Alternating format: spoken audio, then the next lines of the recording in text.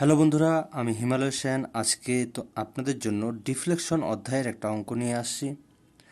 আপনারা আমার ভিডিওগুলোতে কমেন্ট করেছিলেন যে ডিফ্লেকশনের অঙ্কগুলোতে আপনাদের প্রবলেম, তাই আমি ডিফ্লেকশনে কিছু ভিডিও অলরেডি বানিয়েছি এবং আজকে আরেকটা বানাচ্ছি। তো এই ধরনের অঙ্কগুলো কিন্তু এই ধরনের বিমের ক্ষেত্রে ডিফ্লেকশন বের করা একটু কঠিন, কেননা উপর থেকে একটা লোড আবার নিচ থেকেও একটা লোড। ঠিক আছে, তো আশা করি আপনারা এই অঙ্কটা সম্পূর্ণটা ভালোভাবে দেখবেন, তাহলে আপনারা এই ডিফ্লেকশন অধ্যায়ের অঙ্কগুলো কীভাবে সুন্দরভাবে সমাধান করতে পারবেন সেটা জানবেন। তো চলুন কথা না বাড়িয়ে ভিডিওটা শুরু করা যাক। তো এখানে বলছে প্রদর্শিত লোডের জন্য বিমের মুক্ত প্রান্ত ও লোডের নিচে ডিফ্লেকশন বাহির করো। এখানে ই এবং আয়ের মান দেওয়া আছে 12 × 10⁶ কেজি সেন্টিমিটার স্কোয়ার। আচ্ছা, এখন আমাদের এখানে একটা ক্যান্টিলিভার বিম দেওয়া আছে এবং ক্যান্টিলিভার বিমের এই পয়েন্ট থেকে 100 সেন্টিমিটার দূরে 200 কেজি লোড উপর থেকে দেওয়া আছে এখানে, এবং এই পয়েন্ট থেকে আবার 200 সেন্টিমিটার দূরে 7 কেজি লোড নিচ থেকে উপরে মুক্ত প্রান্তে চাপানো হয়েছে। তো আমাদের যে ডিফ্লেকশন বের করতে বলছে সেটা হচ্ছে মুক্ত প্রান্তে আর একটা এই লোডের নিচে। ঠিক আছে, একটা হচ্ছে মুক্ত প্রান্তে এখানে আর এই লোডের নিচে ডিফ্লেকশন বের করতে বলছে। তো আমরা জানি যে মুক্ত প্রান্তে ডিফ্লেকশন সবচেয়ে বেশি হয়। তো আমরা এখন দেখব যে কীভাবে আমরা ডিফ্লেকশনটা বের করব। প্রথমে মুক্ত প্রান্তের জন্য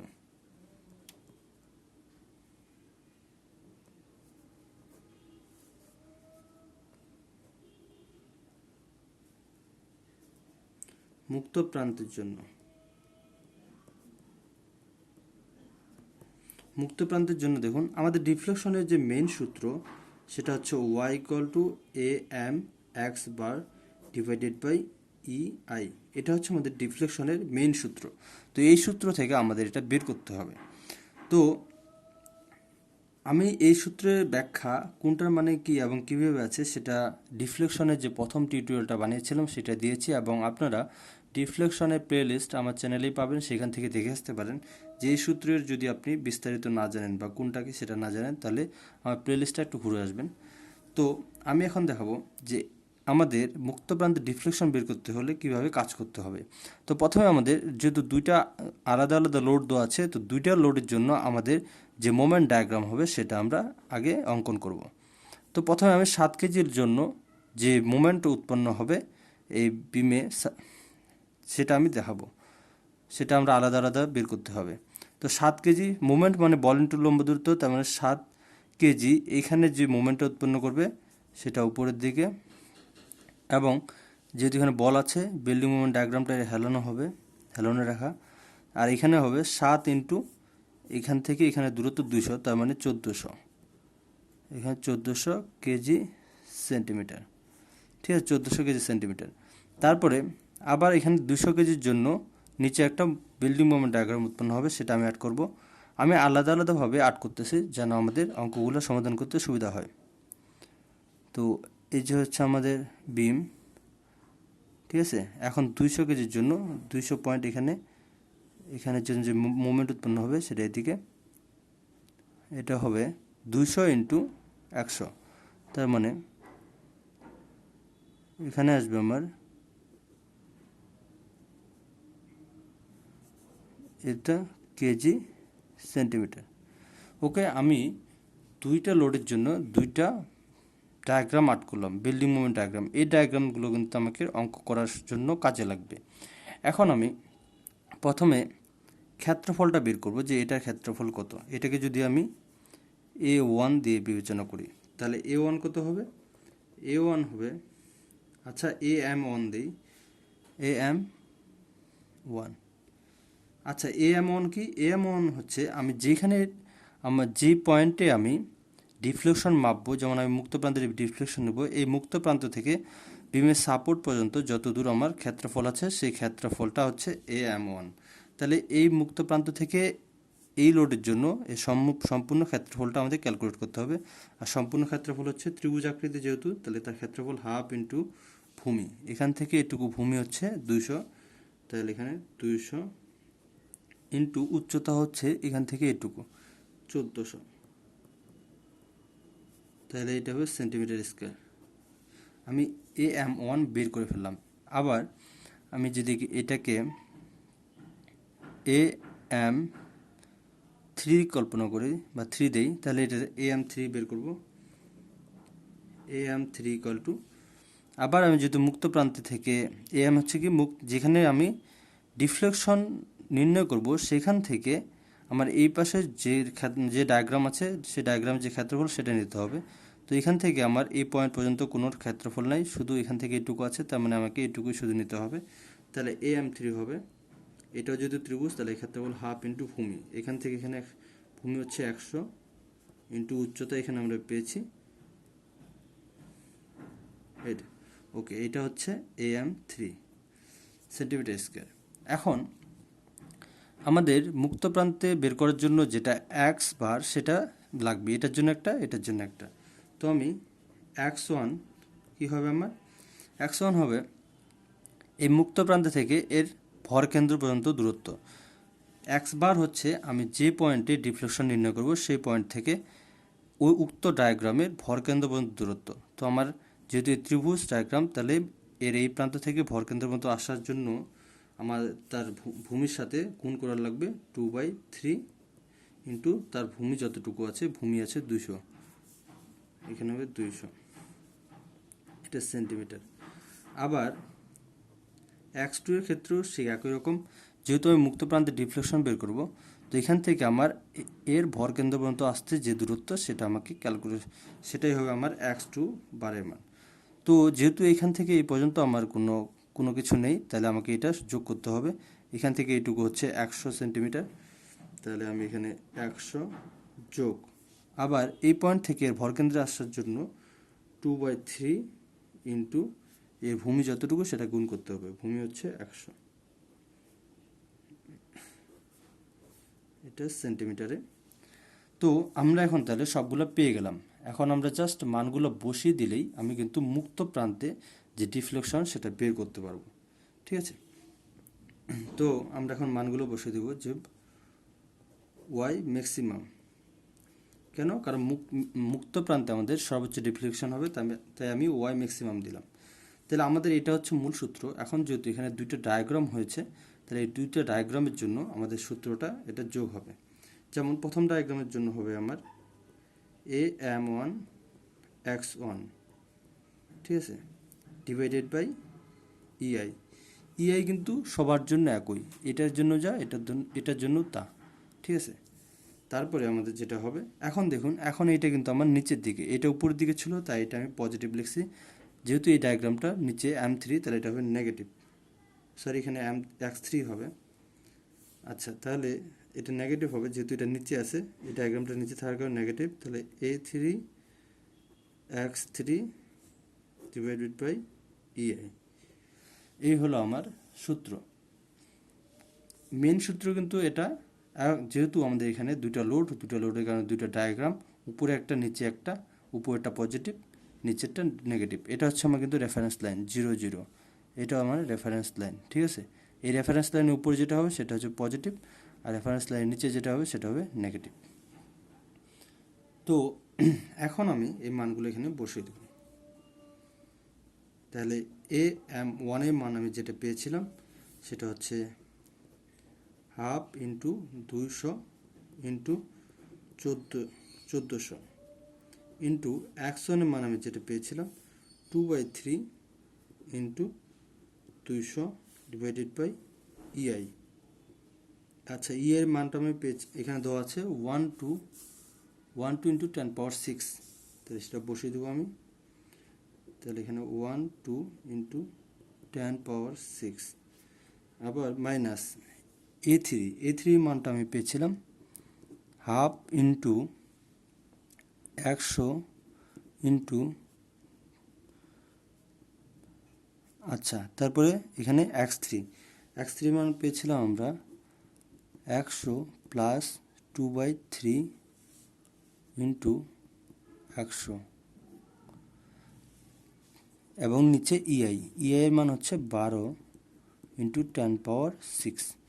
তো এটা যদি আমরা ক্যালকুলেশন করি, তাহলে মুক্ত প্রান্তে কতটুকু ডিফ্লেকশন উৎপন্ন হবে সেটা কিন্তু আমরা পেয়ে যাব, মুক্ত প্রান্তের ডিফ্লেকশনের পরিমাণটা পেয়ে যাব। তাহলে এটা আমাদের ক্যালকুলেশন করলে আসবে -12.33 সেন্টিমিটার। তার মানে আমার এই লোডের কারণে মুক্ত প্রান্তে আমার এই যে বিমটা এভাবে বেঁকে যাবে এবং এখানে এটুকু হবে, এখান থেকে এটুকু হবে 12.33 সেন্টিমিটার। যে 12.33 সেন্টিমিটার এটা হচ্ছে মুক্ত প্রান্তে যে কতটুকু নিচে নেমে যাবে। এখন আমাদের লোডের নিচে যে এখান থেকে এইটুকু কতটুকু বাঁকবে সেটা বের করতে হবে। এখানে বলছে লোডের নিচে, যেহেতু বলছে এই যে লোডের নিচে, তার মানে আমাদের এখান থেকে এখানে কতটুকু বেঁকে যাবে সেটাও বের করতে হবে। তো সেটা বের করার জন্য আমাদের আরেকটু ডিফারেন্ট ক্যালকুলেশন করতে হবে। তো দেখুন, আমাদের যেহেতু এই পয়েন্টে এখন ডিফ্লেকশনটা বের করতে হবে, তো আমাকে এই পয়েন্টের ডটের নিচে আমাদের ক্যালকুলেশন করতে হবে যে এই পয়েন্ট থেকে এই পাশের ক্ষেত্রফলগুলো আমাদের এখন ক্যালকুলেশন করা লাগবে। ঠিক আছে, আবারও বলছিলাম, যখন আমরা এখানে মানে ডিফ্লেকশন বের করেছি তখন এই পয়েন্ট থেকে এই পাশে যতগুলো ক্ষেত্রফল ছিল সেই ক্ষেত্রফলগুলোকে এই আমি ধরছি। এখন যেহেতু আমরা লোডের নিচে ডিফ্লেকশন বের করব, তাহলে লোডের নিচের পয়েন্ট থেকে এই পাশে যতগুলো ক্ষেত্রফল আছে সেগুলো আমরা ক্যালকুলেশন করব। তো দেখুন, আমাদের এখানে তাহলে পজিটিভ আমরা দুইটা ক্ষেত্রফল পাবো, একটা ত্রিভুজাকৃতি এবং একটা আয়তাকৃতি। এটা ত্রিভুজাকৃতি এবং এটা আয়তাকৃতি। তো এটাকে যদি আমি AM1 এবং এই নিচেরটাকে AM2 ধরি, তাহলে এখন আমাকে ক্যালকুলেশন করতে হবে। এখনকার ক্যালকুলেশনটা একটু আলাদা হবে।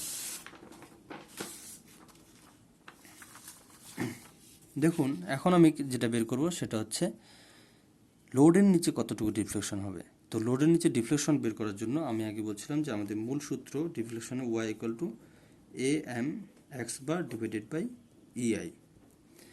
তো এখন যেহেতু আমি লোডের নিচে ডিফ্লেকশন বের করব, তাহলে আমাদের এই লোডের নিচ থেকে এই সাপোর্টের দিক পর্যন্ত আমাদের ক্ষেত্রফলগুলো বের করতে হবে। আচ্ছা, তাহলে AM1 এর ক্ষেত্রফলটা আমি বের করব। AM1 এর ক্ষেত্রফল। তো AM1 এর ক্ষেত্রফল কী হবে? যেহেতু এটা ত্রিভুজ আকৃতি, সেটা হবে হাফ ইন্টু ভূমি। ভূমি এখান থেকে এটুকু হচ্ছে 100, তাহলে 100 ইন্টু উচ্চতা। উচ্চতা এখন কিন্তু আমি 1400 ইউজ করতে পারবো না, কেননা কারণ এখান থেকে আমি এইটুকু একটা ক্ষেত্রফল ধরেছি এবং এখান থেকে এইটুকু একটা ক্ষেত্রফল ধরেছি। তার মানে আমাকে এইটুকু হাইট কতটুকু সেটা আমাকে জানতে হবে। তো এটা জানবো কীভাবে? এটা জানবো যে এই 7 কেজির জন্য এখানে যতটুকু মোমেন্ট উৎপন্ন হবে ততটুকু হবে এর হাইট। তো 7 কেজির সাথে সাথে যদি আমি 100 গুণ দিই, তাহলে এখানে আমাদের আসবে 700 কেজি সেন্টিমিটার। তার মানে আমার এখান থেকে এটুকু হাইট 700, আবার এখান থেকে এটুকু হাইট 700। তাহলে আমি যেহেতু ত্রিভুজের ক্ষেত্রফল বের করব, তাহলে এখান থেকে আমি এই হাইটটুকু শুধু ক্যালকুলেশন করব। আর এখান থেকে এই হাইট হচ্ছে 700। 1400 থেকে, কারণ এটা সম্পূর্ণ 1400, তো 1400 থেকে 700 বাদ দিলে এখানে হাইটটা থাকবে 700। তাহলে AM1 আমি পেয়ে গেলাম। এখন আমাকে AM2 বের করতে হবে। AM2 কোনটা? এই নিচেরটা ক্ষেত্রফল, নিচেরটা তো একটা আয়তাকৃতি, এখান থেকে এটুকু 700 এবং এখান থেকে এটুকু 100। তাহলে এই দৈর্ঘ্য ইন্টু প্রস্থ, তাহলে হবে 700 ইন্টু 100। এখানে সেন্টিমিটার স্কোয়ার, এখানেও সেন্টিমিটার স্কোয়ার। তারপরে আমরা যেটা করব সেটা হচ্ছে আবার M3। আচ্ছা দেখুন, M3 কিন্তু আমার আগের মতোই আছে, কারণ এখান থেকে এই পাশের ক্ষেত্রফলটা নিতে হবে। এখানে AM3 আগের মতোই, হাফ ইন্টু ভূমি 100 ইন্টু উচ্চতা ছিল এখানে 20,000 সেন্টিমিটার স্কোয়ার। এটা হচ্ছে আমার AM3। এখন আমাকে যেটা বের করতে হবে সেটা হচ্ছে X1, X2, X3। X1 কিন্তু এখন একটু ভিন্ন হবে। X1 কেন ভিন্ন হবে?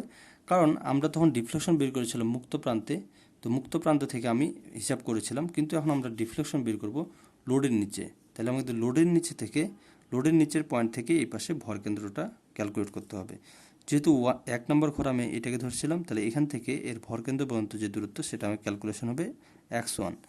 তাহলে এখানে হবে 2/3 ইন্টু এখানে ভূমি যতটুকু ছিল 100, সেটা এখানে, এটা সেন্টিমিটার।